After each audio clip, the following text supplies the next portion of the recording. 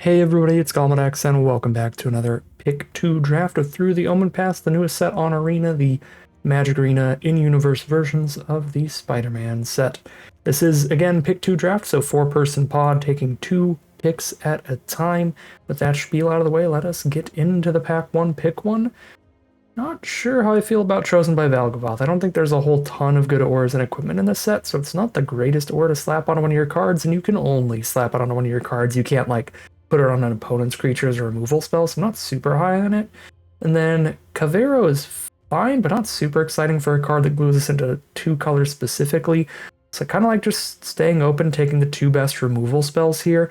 The one flaw is that both of these cards are pretty unlikely to end up in the same deck, because they are enemy colors instead of allied colors, but this way we've got one solid removal spell towards multiple different archetypes, so I think I'm going to go Sunstrike, Scorpion Sting. I could see going Clutter Cluster, Sunstrike there, just to have a start in 2 allied colors, but I'm just going to stay open and grab removal. That's been the biggest flaw of our recent decks, has just been a pretty big lack of removal, and I think that's going to happen a lot. When there's only 4 packs worth of cards each time around, that means there's just going to be less removal total, because there's less opportunities to open it up. If somebody opens up 2 removal spells and takes them, you're not getting past any removal for the rest of that whole pack. So it can be really hard to come by. Pick 2. I am not super pumped about any of these cards. Arachnomania is very, very, very slow, but very explosive once you get there. So that's kind of interesting. Generous Betty's pretty fine. Get some lifelink going. She's pretty great with the Aerialist if we go blue-white modified. Could be a spot to be here, and that's a nice little combo, taking the 2 together.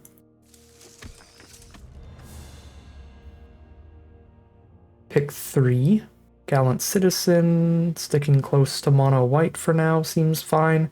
Got an enemy color paired rare, Druneth. We also have no green or blue cards yet, so I'm not pumped about those.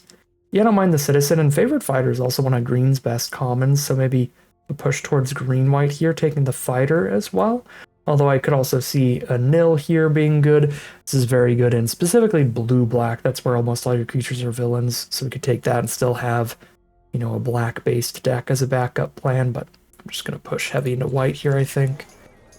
Go for the Citizen, go for the Favorite Fighter, and if we're getting past Webkeepers this late, feel like white is a really good color to be in for sure, and then even Chizak here for green-white specifically. Don't mind that all. Actually, the Webkeeper is really good in blue-white as well. Putting a counter on all your creatures to modify them all, that's a really good synergy with the Aerialist. I'd actually go Aerialist Webkeepers here and hope to end up in blue-white over green-white. Okay, well, Clutter Cluster was one of the best cards out of our opening pack, and it came all the way back around. So green-white, it'll be no blue-white. That does make the Aerialists a little worse, because they're pretty hard to cast on turn 2 in a non-blue-white deck. Even if you're one of the 2 colors, we need to have 2 planes. We can't have a plains and a forest opener to play them. So looks like a draft pod. We've been pretty shoved into green-white here based on what we've been passed, which is fine by me. It's a powerful deck. It's just... I mean, I guess there's only 5 decks maximum on average in this set. There's 5 main archetypes. But I was going to say, it's fine with me outside of the fact that it is an archetype we've played a good chunk. Basically, every deck we play is going to be something we've already played a good chunk.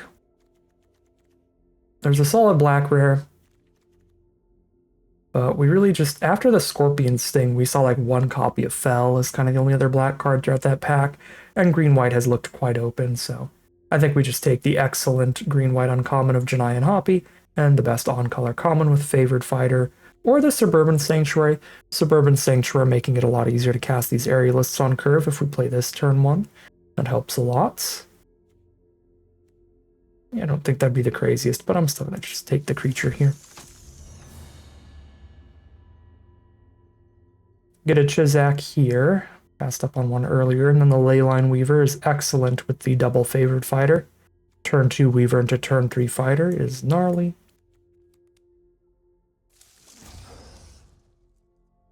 The Referee is actually pretty decent for these kind of decks. But the rest is obviously big miss for us. Looks like blue's pretty open. Shock's honestly just like decent. It's not like a massive sign that red's open. Because it is just fine. I mean, even though it's just fine, it's probably picked really highly. So I guess, yeah, we should still take that as a sign that red's open. Even if it's not like a super, super good card. Yeah, so here's the great red now. Pretty locked in here. Don't get a bunch of white in this pack, but I've got pretty firmly into the color, I think. Well,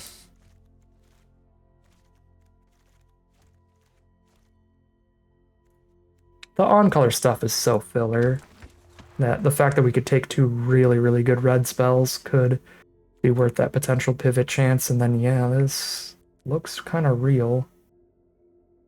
Certainly better than the green-white cards. Yeah, Wardens is pretty filler. I'll take Sanctuary over Wardens. So we can splash into one of these colors. Bunch of red. And the Shock and the Savage Mansion last pick. There's definitely no green-red player, but that's to be expected. There's always going to be at least one of the 4 two-color archetypes that somebody's not in, because there's only 4 people and 5 archetypes. We open another Janai Hobby. Green-red is completely undrafted here, though. And I mean completely.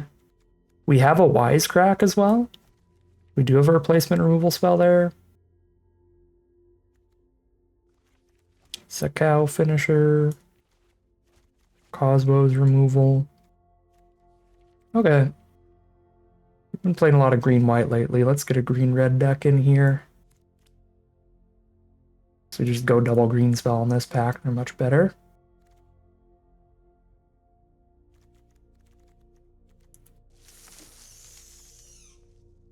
Rhino's Rampage removal.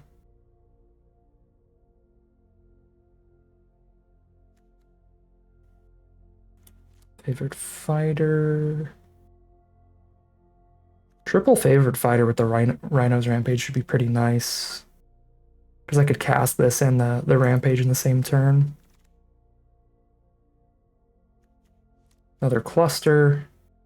Shock's going nice and late still. I think I'd rather take a mana ramp card. Let's see. 2 picks, 2 picks, 2 picks. Yeah, I could get a last pick Shock again. Another Razorkin and a team up now for removal. Let's go. Double Razorkin with the 4 favorite fighters. The full play set of 4 mana creatures to cast afterward to draw cards off of is beautiful. This is really working out, it looks like. This green-red pivot. It certainly wasn't necessary. We still would have ended up in a perfectly solid, perfectly reasonable green-white deck. But I think it's panning out for a stronger deck overall in the end. By a bit.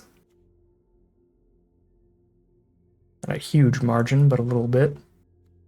We're never mayheming.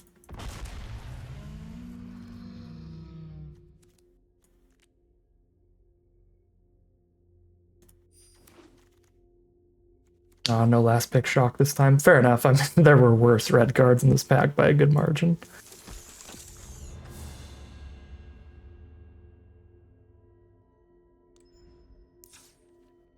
Alright, let's do a nice simple deck build. Just go back to basics with this. Sorry if you hear the yard work. That is super obnoxious to my ears.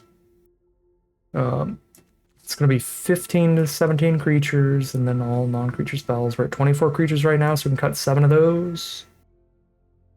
Oh, Jesus, we have 46 cards right now, and 24 creatures, so we just cut 6 creatures, and we're an 18 creature deck then. Alright, let's see how it is. Cut one of these for Legend Rule. Maybe just cut both of them. Don't love Wardens without Mayhem synergy.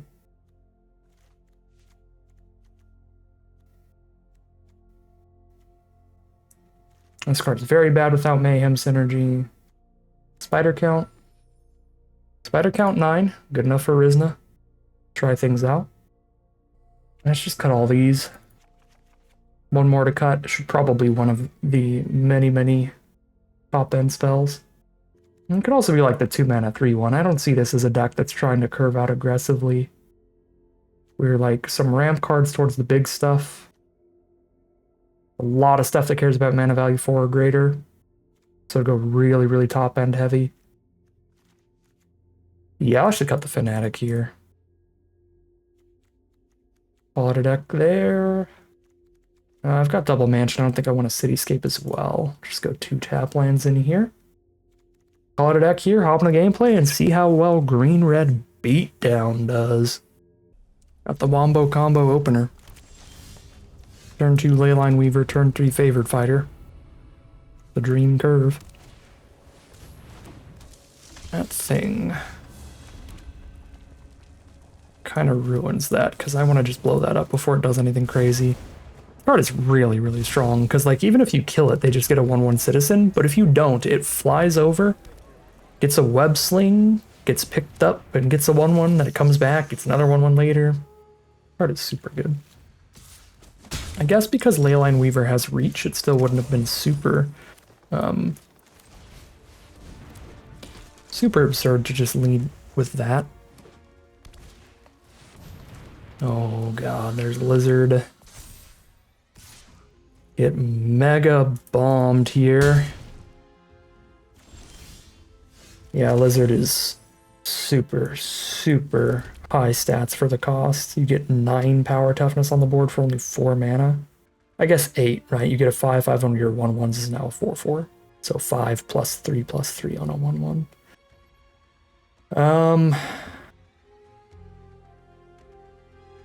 Pretty sure we're just dead to that, but let's do some digging. What can you find, Razorkin? Land for next turn. Yeah, Rhino's Rampage. I mean, I could trade Favored Fighter and Rhino's Rampage into this, but then this is still a 4/4, and I only have a 3/3 left, so it's not even that helpful. Probably under enough pressure, I have to just cash this in on just the Spider. The bonus text on this allows us to kill a non-creature artifact with mana value 3 or less. So it's not like I could like try to access damage the 4/4 and then also get a kill on the Surveyor, because that's a creature artifact that can't get blown up by the Rampage. Yep, that is 10 power and toughness out now. All I have are trumps. Go to 5. There's a Death Toucher, but this trample's just gonna destroy me.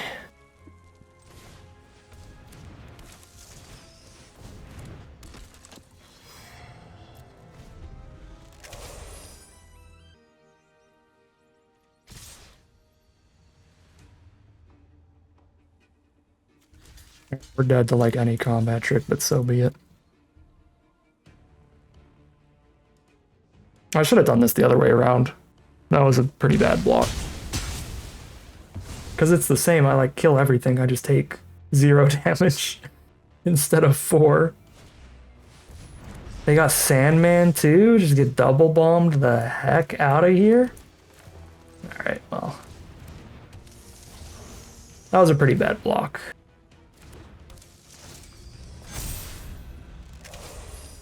But it does not look like it matters, because we're pretty much dead to 1 removal spell either way. The difference between 1 life and 5 life is kind of meaningless when their next hit is going to be for 6 damage, right? And that's like the only difference. We play differently, is that I'm at 5. Still dead to 1 hit. Still dead to 1 hit. And then they have the recursion spell for Lizard. Yikes. And we flood. So I have to chump, because that's a 4/4 this turn.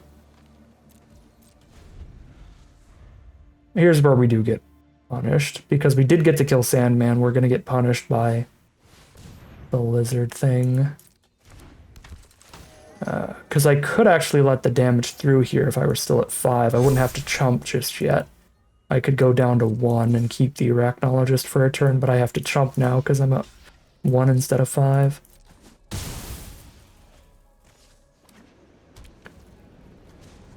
Oh, they got the Terramorphic to go with that. Yeah, so that means this can endlessly reanimate itself. The only thing that stops it from reanimating is there has to be a land in their grave to target. If you have Vibrant Cityscape, you guarantee you always have a land in grave for it. This was an unwinnable game. I played it pretty poorly, but they have the Sandman with the Endless Recursion for it. They had Lizard with a piece of recursion for it. We just got absolutely got. And there's not much to say about it. That is going to be 0-1 heading into game 2, a single loss from out of the event. All right, here we are on the draw again for game number 2. Hold up a shock again, playing against the black deck this time around. Mono black, turn 2 gravestones, so no creatures to the board. Thank goodness. What part of auto pass do you not understand, Arena?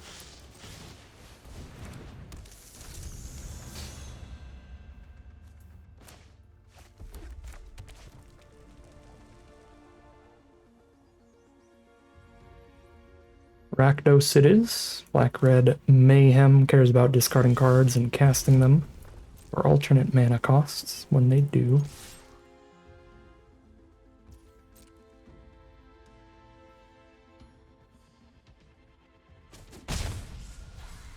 And get some mana out here.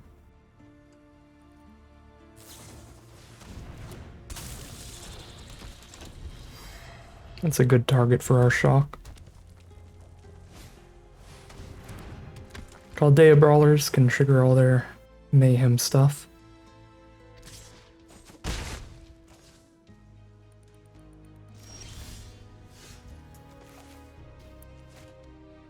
Throw some arms here if they block.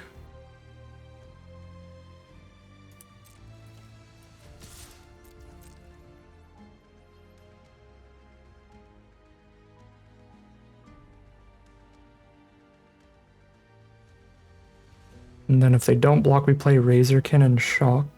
And it's a very good turn.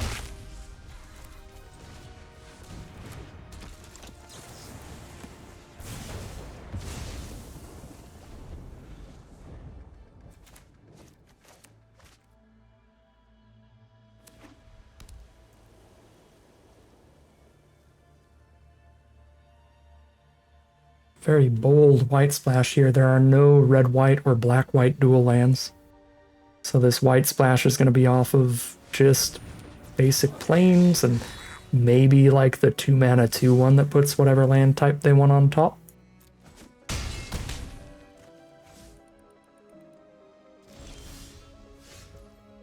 Not the greatest land here. Blow up the 5/4. We draw a card off Razorkin as well. There's 16. I can hit for 3, 4, 5, 6, 7, 8, 9, 10, 11. 12, 13.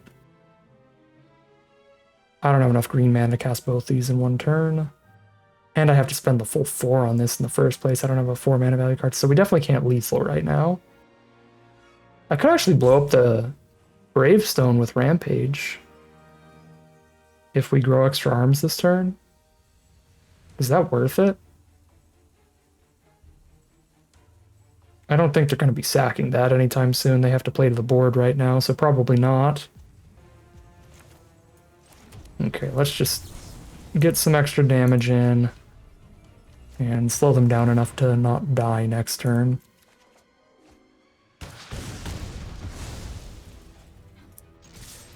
Alright, unless they have 7 hasty power here.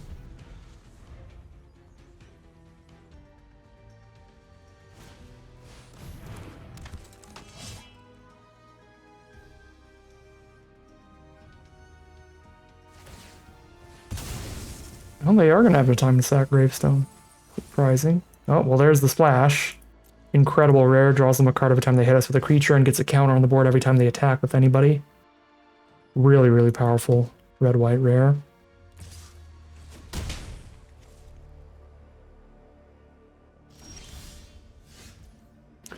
Okay.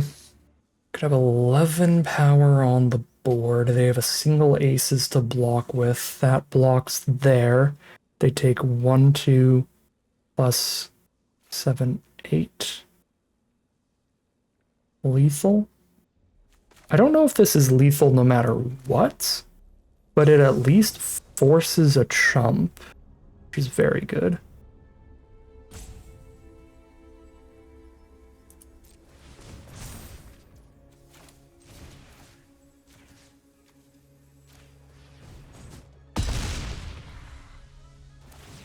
Yeah, at worst, this forces a chump.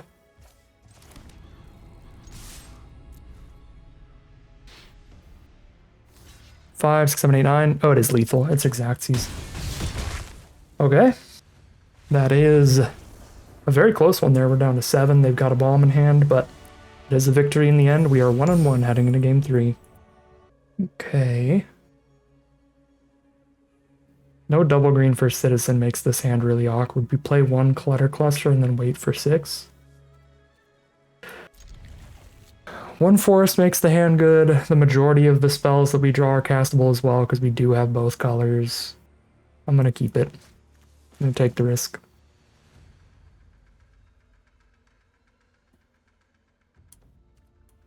Just got to believe in the heart of the cards.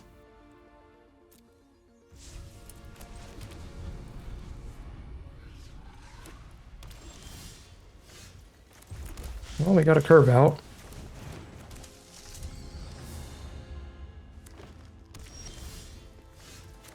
And a bajillion red mana. So they got destroy an attacker or blocker in hand. But they don't want to destroy just a 2-3. There's a 3-3. Oof. Green source for Citizen's good, but that 3-3 is a roadblock for sure.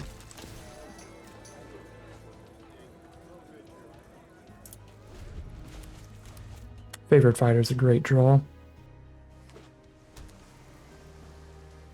Blue, green, and white. Those are all allied colors to white, so they can have green, white, and blue, white dual lands, green, white, and blue, white multicolored commons and uncommons. And of course, rares and mythics. I mean, they could have green, blue in the mixture too. Referee, just turtle up, get a counter on both. They don't have a creature engraved to pick up, so that's the only usage.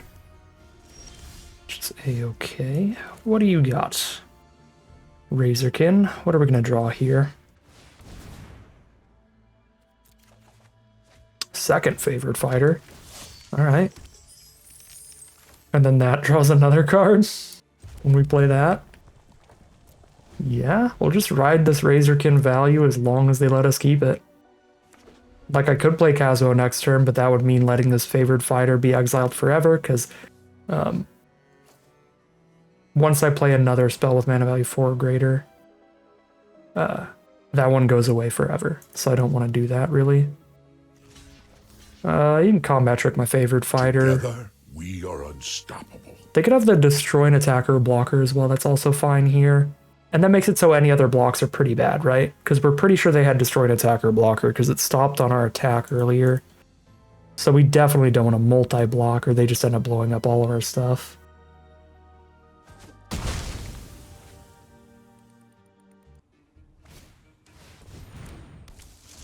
Darn, 1 creature for a turn. So they were really hoping to web sling, I think. Grow extra arms. Obviously much less good when they know we have it. Still fine. They don't have the mana up for their destroy an attacker or blocker right now. I could send in a 7/7 Razorkin. Even if they know what's coming.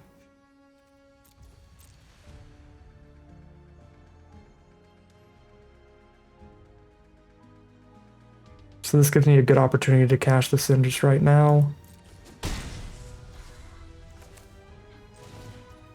At the very least, it got me 3 free damage in.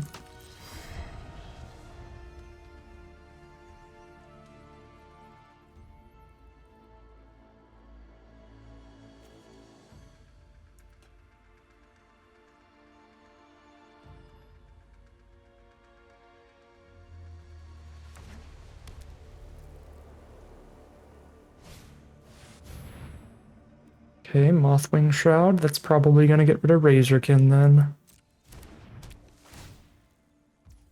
Sure is.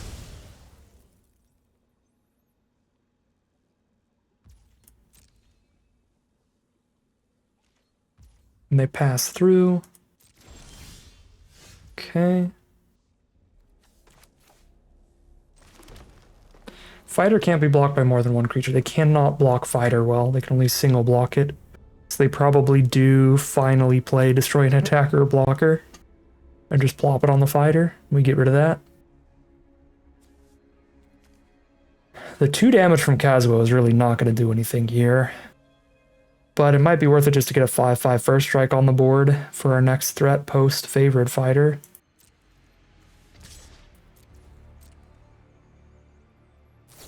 Yep, finally get rid of that.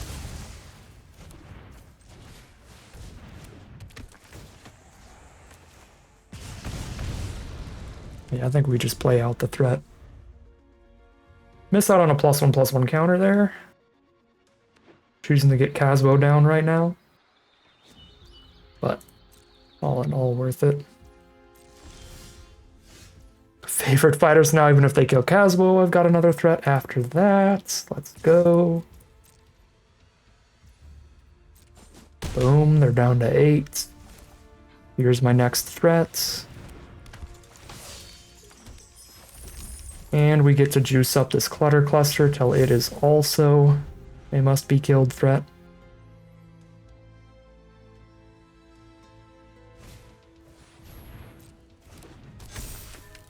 CSI, Darvel, so they draw a card off Sarn, finally. That is good. They're back up to 10 as well. Top deck just the land here.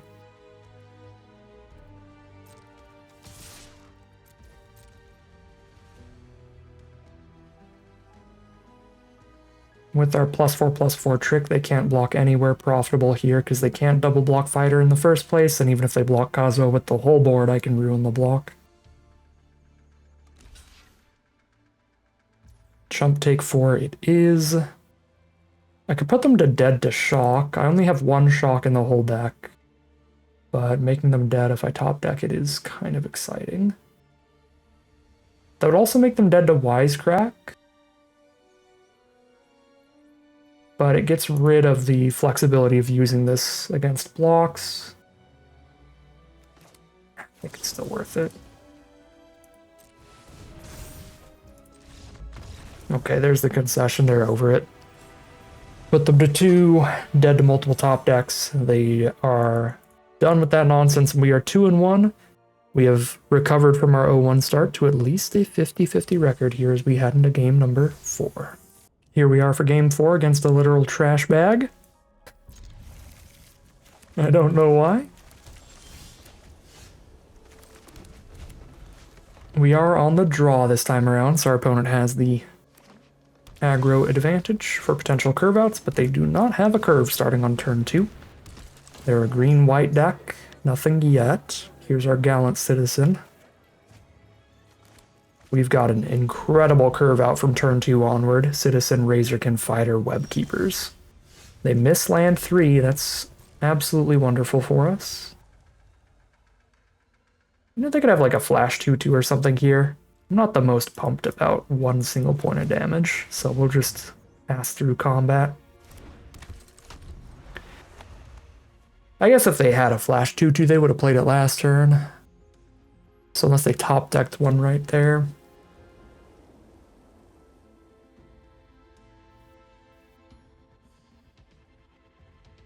Yeah, I mean, as much as having as wide of a board state as possible for the Web Keepers is nice. It's probably fine to take that, what, like 2% chance the Citizen dies there to, on average, just draw more cards. Grow extra arms and play Fate Weaver instead of Favored Fighter. I think that's a fine turn. If they block here.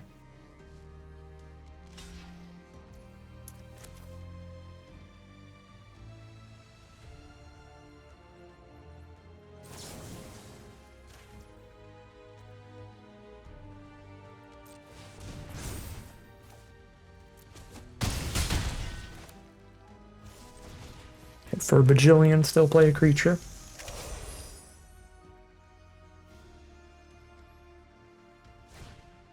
Mothwing Shroud, get rid of the Razorkin. That's a tragedy. They're over it. Okay. 3-1 it is. Heading into the final battle, whether we win or lose. This will be the last game of Magic. Nice and quick here. It'll be our 4th victory or our 2nd loss. Double green card and a triple mountain opener is very awkward. There's also Rizna with no other spiders in the opener. Only 2 castable spells. We're on the draw, that helps, but I think this is a mole. This is infinitely worse. Nothing till turn 4, and it's monocolored. Well, let's see if we can win with a 5-card hand that doesn't start the curve until turn 3. Yeah. Only 2 losses to give. Getting a loss to mana/mulligan issues. Always going to be devastating. I think I have to get rid of Web Keepers. That's so rough. Just to make sure I'm casting spells this game.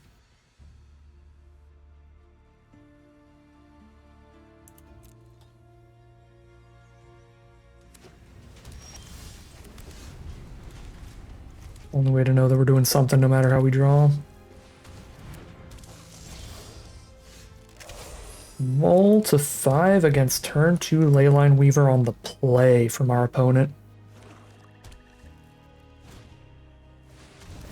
Yep, there's 4-drop untap Weaver Poke.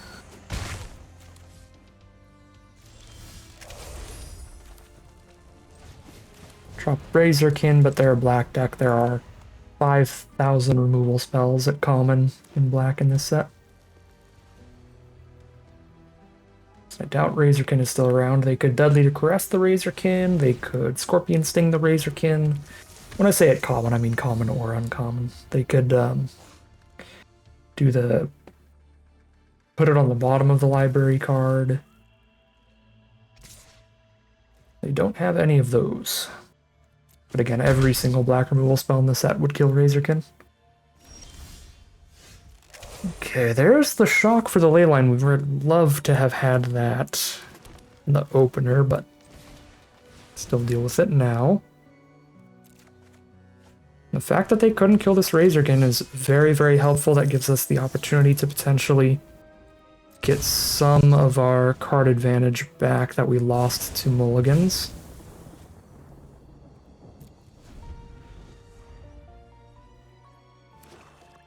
We do need to draw another 4-drop though, because the additional land here is just not helpful.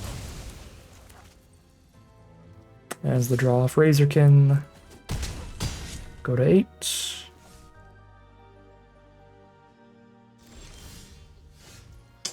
Mana Dork and Mana Dork are the only plays, neither of which trigger the Razorkin.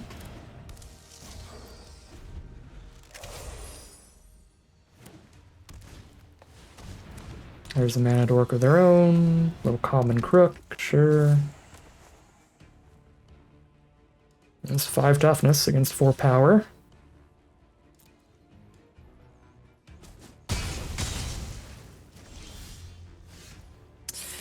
We drew a 4-drop. I think this would be the turn we're starting to stabilize really quickly, but since we didn't, the Chaldea Brawlers is actually threatening us quite a bit on the crackback. No matter what they draw, just get the Menace ability here. I believe they can put it anywhere. But I guess even with Menace, I could double block. Or they could just top deck removal, which is even better. Yeah, I mean, that's just game. If they top decked a land there, I have a chance to surveil and try to hit a 4-drop one more time. Again, just like one more 4-drop from drawing a card into a stable board state, potentially. But not without a Razorkin. If I draw a single 4-drop, I play and just die to these two. But with a Razorkin still around, like if they top decked a land, They wouldn't really hit me very hard there. Then I could play 2 cards off of drawing a 4-drop. Yikes. Well, thanks for skipping my upkeep stop, Arena. I appreciate that. Make sure I draw that land. Not that it really would have mattered. I'd need a 2-mana or less. Really wouldn't. Okay. Okay. Arena. 3 and 2 it will be. Just cannot get a 4 winner. In these pick 2s, only 2 losses is brutal. That was... Yeah, I mean, what can you say? Had to mulligan a couple times and then flooded extremely. Even if the upkeep stop worked, I mill this mountain and draw that forest. And not make it up. As lopsided as it looked, the power of Razorkin was looking like it had a lot of potential there. Should they miss and just hit a land, and then we, like, pretend instead of us drawing a land and them drawing a team up, we draw a team up and they draw a land, then we're just favored at that point. Because we're blowing up their brawlers and drawing an extra card. Their board would then just be the 2-3 and the 2-2 against our 3-3 and 2-2. And we're digging through our deck faster. With the exile abilities, potentially. Like, maybe, probably not safe to say that we're favored, but we're stable, at the very least. Yeah, alright. Bummer. But it is what it is. 3 and 2 will be the final record for today's draft. Some good stuff from Green-Red. I don't really have any qualms about this deck. I think this is what Green-Red wants to be doing. Get those cheesy favorite fighters going. Try to get them early off of cards like Leyline Weaver. The deck could certainly be better with more Leyline Weavers. Razorkin was an absolute MVP. That was consistently like the best card we had. Biggest underperformers based on how the games played out. I don't think there's anything that we drew and cast consistently that played a lot worse than I thought it would. If there was, it would probably be like Shock. Wasn't all that exciting, but it still killed a card or two. I guess the main thing was like this 7-drop never really showed up, and I think a lot of those games ended quick enough we probably wouldn't have had 7 mana in quite a few of those. So I think this actually might have been kind of bad in here, just a little bit too expensive. Although, I mean, it would have been an insane draw in that last game. Jam this in, send it, draw a card. Still have the 6-7 up on block. Yeah, no, that actually... This card would have super won last game. Back when we still had Razorkin on board, or even like the turn after they killed it, that would have been pretty incredible. Although we would be dead on board because they had 2 different creatures. Yeah. Alright. Here's what it is. That is the prize structure of these pick 2 drafts in action for you. 1 loss getting mega bombed out, 2 lizards and a sandman. And then 1 loss to double mulligan into flood. The variance can catch up with you a lot more often than normal.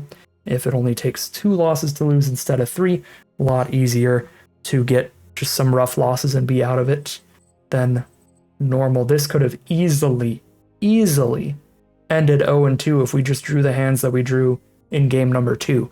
So do keep that in mind with these pick 2s. Very high variance there. For that reason, as well as a bit more variance in the draft pods themselves, with only 4 players drafting around you, 1 player opening up like a rare in your same colors and pivoting onto your deck destroys you so much more than in regular drafts.